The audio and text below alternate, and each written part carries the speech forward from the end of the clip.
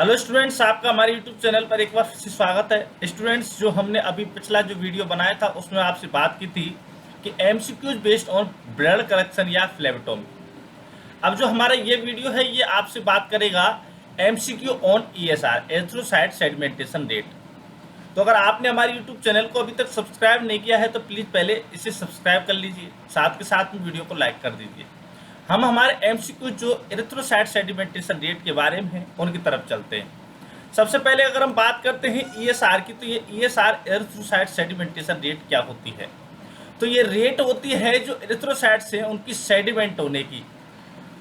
तो जितनी एरिथ्रोसाइट्स हैं वो सेडिमेंट कितना फास्ट होती है, इस चीज़ को हम नापते हैं। यानी फास्ट का मतलब ये है कि आपको एक प्रॉपर टाइम दिया जाएगा 1 घंटे में।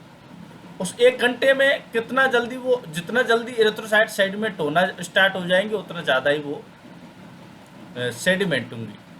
तो इसी को हम नापते हैं और इसी को कहते हैं एरिथ्रोसाइट सेडिमेंटेशन रेट।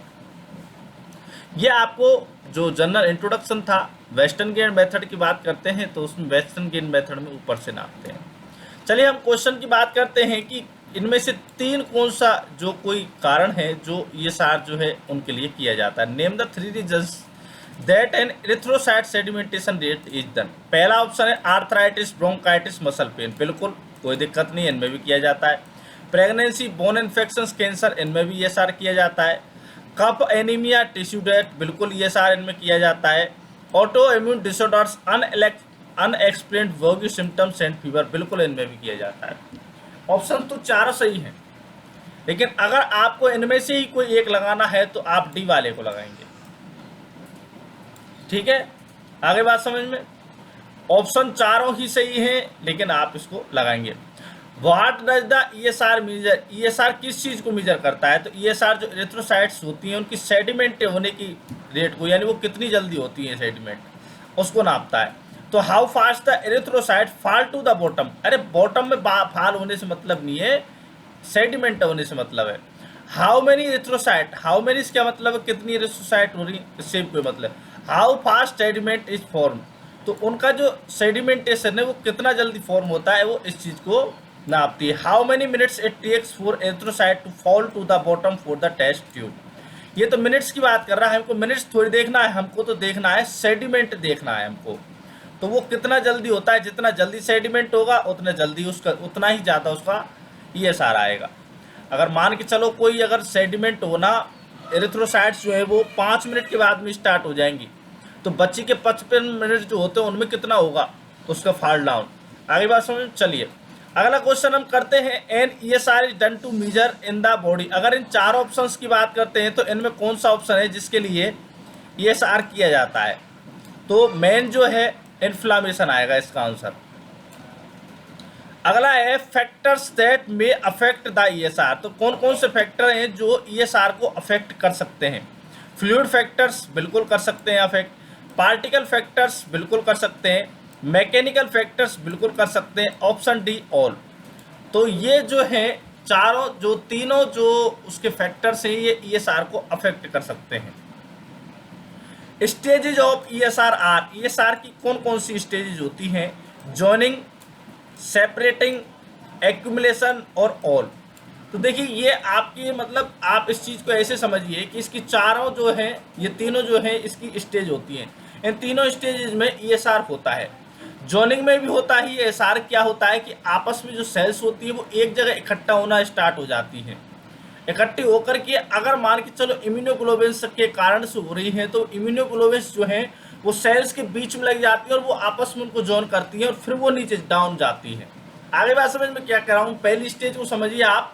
पहली स्टेज को समझिए, जैसे इम्यूनोग्लोबिन्स हैं वो कब आती हैं? वो इन्फेक्शन के दौरान आती हैं। ठीक है, तो वो क्या करती हैं, वो दो सेल्स जो होती है एरिथ्रोसाइट है उनके बीच में जाकर के उनमें दोनों में जॉइनिंग कराती हैं और फिर वो कहती हैं अगर मान के चलो ज़्यादा कंडीशन है तो उनमें इम्यूनोग्लोबिन कारण ईएसआर बढ़ता है तो वो उनको फेल डाउन हो जाती हैं वो।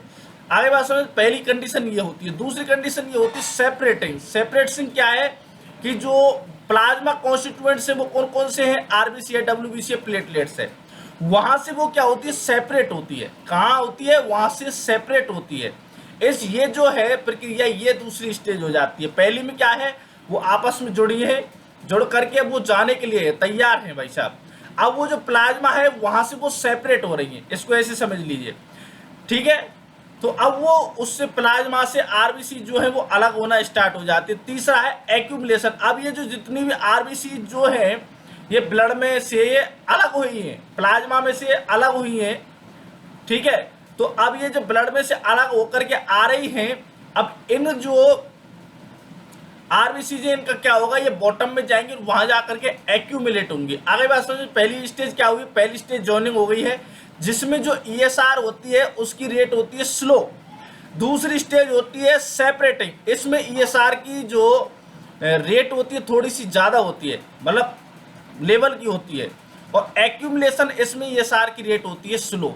तो ये तीनों स्टेज आपको समझ में आई, पहली जॉइनिंग हुआ है, फिर सेपरेट हुआ है, फिर एक्यूमुलेशन हुआ है। तो इसकी ये चारों जो है स्टेज, ये स्टेजेस को, ये फैक्टर्स को बताने के लिए मैंने क्वेश्चन बनाया था आपको कि जो फैक्टर्स जो है वो चारों तीनों फैक्टर्स ये होते हैं। अब स्टेजेस को समझाने के लिए मैंने आपको ये क्वेश्चन बनाया है, जॉइनिंग, सेपरेटिंग, एक्यूमुलेशन, तब ये आंसर इसका ऑल हो जाएगा, जिससे आपको याद रहे, ठीक है। अब अगला जो क्वेश्चन है वो मैंने जनरली किसके लिए बना लिया है, वो आपके लिए इसलिए बनाया है कि आपको ये याद रहे।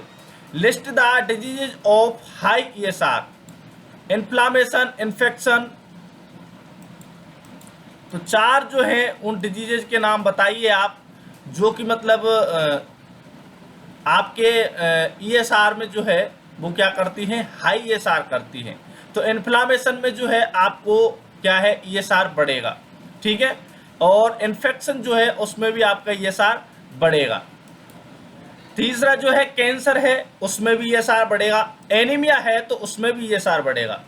ऑटो इम्यून डिसऑर्डर्स हैं जैसे कि टेम्पोरल आर्थराइटिस, पॉलीमाइलेजिया और र्यूमेटॉइड आर्थराइटिस, तो इनमें भी ईएसआर स्टूडेंट्स बढ़ेगा। तो हाई ईएसआर वाले हो गए हैं, ये आपके सामने हमने बता दिया है कि अगर इन्फ्लामेशन है, कैंसर है, एनीमिया है, ऑटोइम्यून डिसऑर्डर्स हैं, इन्फेक्शंस हैं, तो उनमें ईएसआर जो है ज़्यादा आता है, ठीक है। तो ये हमने ऑप्शन और लगा दिया है।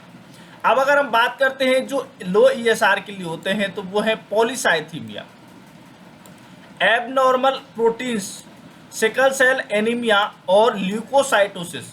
इन चारों कंडीशंस में जो है ईएसआर जो है वो क्या होता है, लो होता है, ठीक है। Polycythemia, abnormal proteins, sickle cell anaemia और ल्यूकोसाइटोसिस,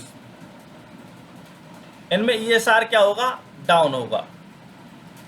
तो लो ईएसआर की कंडीशन से अगला क्वेश्चन है, why the erythrocyte sickle cell lowers the ESR. अब ये जो सिकल सेल वाली जो है, एनीमिया वाली, ये ईएसआर को लो क्यों करती है, उसका कारण क्या है। तो उसका पहला ऑप्शन है शेप, दूसरा मास, और तीसरा ग्रेविटेशनल पुल, और चौथा डी। तो ये इसी वजह से क्वेश्चन बनाया गया है जिससे आपको समझ में आ सके कि जो ईएसआर जो है उसमें ये फैक्टर्स भी काम करते हैं। कौन कौन सी, शेप जो है ये फैक्टर भी काम करता है, मास है ये भी करता है, ग्रेविटेशनल पुल करता है। आप एक चीज को समझिए कि शेप जो है, जो ग्रेविटेशनल पुल जो होता है वो शेप और मास के आधार पर लगता है। मास जो है उसका जितना मास होगा mg, तो उसको वो खींचेगा। अगर आप बात करते हैं कि जो शेप है, अगर उसकी राउंड शेप किसकी होती है, एरिथ्रोसाइट की। जब हम बात करते हैं सिकल सेल की, सिकल सेल की मतलब आपकी दांत ये जैसी, यानी ऐसी शेप जो हो जाएगी, ये शेप है, और एक ये गोल शेप है। तो आप एक बात बताइए कि जो किस पर सबसे ज्यादा लगेगा, तो सबसे ज्यादा लगेगा इस पर लगेगा, तो इस पर कम लगेगा, इस पर कम लगेगा, क्या, ग्रेविटेशनल पुल लगेगा, तो वो कम खींची जाएंगी। तो कम जब ग्रेविटेशन के द्वारा ही तो आता है नीचे ईएसआर में, तो वो नीचे कम जाएगा, तो इस वजह से ईएसआर भी कम आ गया। तो इसका ऑप्शन हो जाएगा डी की ये जो है इस तीनों कारणों की वजह से ये जो है ईएसआर लो होता है। अगला क्वेश्चन है, why fibrinogen immunoglobulin increase the ESR, falling sediment, sediment compaction, thickened sediment और ऑल। तो ये मैंने आपको पहले क्वेश्चन, दूसरे क्वेश्चन में समझाया था, वही सेम क्वेश्चन है। ये तीनों इसके आंसर्स हैं, फॉलिंग सेडिमेंट की वजह से, सेडिमेंट कॉम्पैक्शन की वजह से, थिकंड सेडिमेंट की वजह से, वही सेम तीनों है। फॉलिंग सेडिमेंट यानी जॉइनिंग हो रहे हैं, सेडिमेंट कॉम्पैक्शन यानी कि उनका वो हो रहा है, सेपरेशन होकर के वो अलग आ रहे हैं, वो एक्यूमुलेट हो रहे हैं, और वो थिक हो रहा है सेडिमेंट। अगला क्वेश्चन है, why anaemia increases the ESR,